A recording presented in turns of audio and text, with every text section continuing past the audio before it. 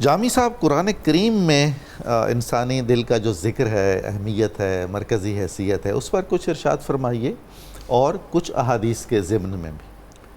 بسم اللہ الرحمن الرحیم۔ قبلہ نظامی صاحب، آپ نے بہت خوبصورت تمہیدی گفتگو ارشاد فرمائی، اور اس میں جو آپ کے یہ دو جملے تھے بہت بنیادی تھے کہ جہاں ظاہری اور جسمانی اعتبار سے دل کو مرکزیت حاصل ہے، ویسے ایمانی اور روحانی اعتبار سے بھی دل کے ساتھ مخفی روحانی صلاحیت کو بھی مرکزی حیثیت حاصل ہے۔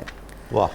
جس طرح ہمارے دماغ اور بھیجے کے ساتھ عقل کا شعور وابستہ ہے، جی، اسی طرح ہمارے دل کے ساتھ ایک روحانی حس وابستہ ہے جس کو صوفیہ قلب کہتے ہیں۔ واہ واہ! اور قرآن نے بھی بنیادی طور پر قلب کا لفظ اس کو ساتھ رکھ کر استعمال کیا ہے۔ جی، مثلا قرآن مجید کے اندر اللہ تعالیٰ نے انسان کو جو بنیادی صلاحیتیں دے کر بھیجا ہے نا، ان تمام صلاحیتوں کا سارا لحاظ دل کی حدود سے وابستہ ہے۔ کیا کہنا؟ مثلا حضور نبی اکرم صلی اللہ علیہ وسلم سے یہ پوچھا گیا، اے اللہ کے نبی یہ فرمائیں کچھ چیزیں تو حلال ہیں جی، اور کچھ چیزیں حرام ہیں۔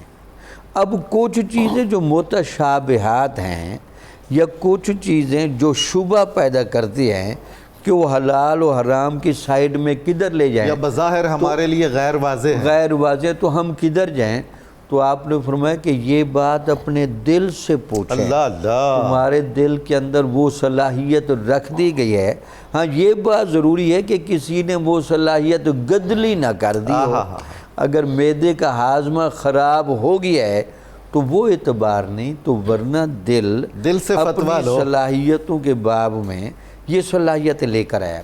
اور قرآن مجید نے یہ جو چار چیزیں بتائی ہیں نا، جو انسان کے ذمہ دار ہونے اور مکلف ہونے کا بنیادی طور پر مدار ہیں۔ جی، ایک تو اس بات کی اطلاع دی گئی کہ زمین پر انسان کو اللہ کا خلیفہ بنایا گیا ہے۔ خلافت الہیہ کا اس کو صحیح ادراک یہ قلب کی بیداری کے بعد ہوتا ہے امام غزالی کے نزدیک۔ سبحان اللہ، سبحان اللہ! اگر کسی نے اپنا دل بیدار کر لیا اور دی گئی صلاحیت کو مزید جلا بخش لیا تو اللہ کا زمین پر خلیفہ ہونے کا اس کو اندازہ لگ جاتا ہے۔ اس کا مطلب یہ ہوا کہ وہ جو امانت الہی ہے جس کی بنیاد پر تاج کرمنا بنی آدم کے سر پہ رکھا گیا، اس کا حامل قلب ہے۔ قلب ہے۔ اور ہمیشہ یاد رکھیں کہ یہ جو ظاہری ڈھانچہ بنا دیا گیا تھا، جی، اور اس ظاہری ڈھانچے کو چونکہ مختلف عناصر سے بنایا گیا تو اس پر ذرائع اعتراضات بھی ہونے لگے۔ اور تو پھر بعد میں اللہ تعالیٰ نے فرمایا کہ جو میں جانتا ہوں تم نہیں جانتے۔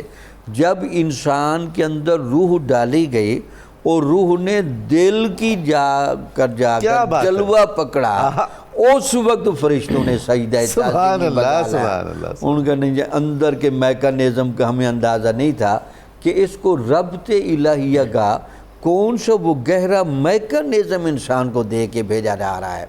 پھر آپ دیکھیں قلب کو بیدار کرنے کے لیے نظام الہی دیکھیں۔ جی، الستو بربکم قالوا بلا کا اقرار یہ دل کی حدود میں ہوتا ہے۔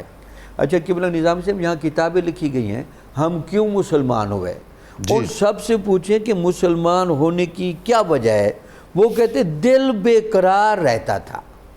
اب چونکہ دل کا قرار وابستہ ہے وہ ربط الہی سے، اب ربط الہی کی ساری خوراک دیتا ہے مذہب اسلام، دین اسلام۔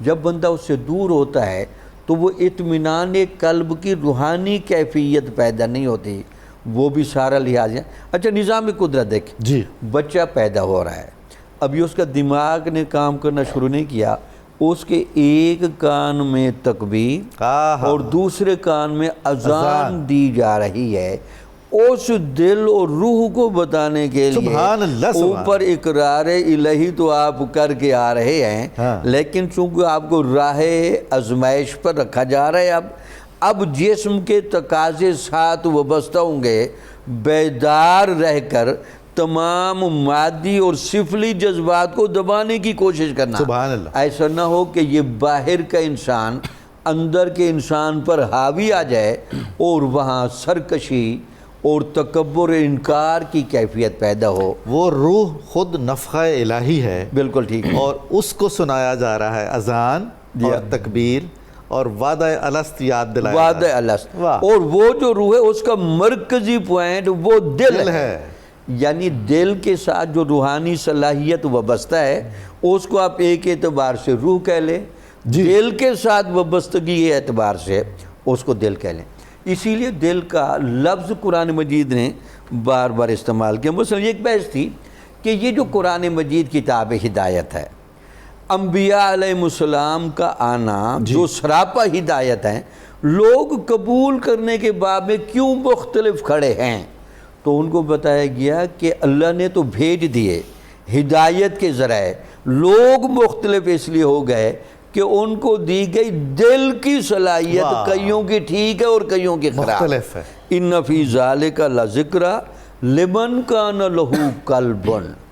جس بندے کے دل کی صلاحیت ٹھیک کھڑی ہے اس کو قرآن کی شناخت میں اور نبی اکرم صلی اللہ علیہ وسلم کی شناخت میں کوئی تردد نہیں ہوا. جنہوں نے یہ صلاحیتیں خراب کر لی ہیں اب وہ قرآن کے منزل من اللہ ہونے میں بھی شک کر رہے ہیں اور نبی کی صرف بشری حیثیت کو چیک کر کے تردد میں بیٹھے ہیں کہ یار یہ کیسے ہو سکتا ہے کہ ایک انسان کامل پر اللہ کا پیغام نازل ہو.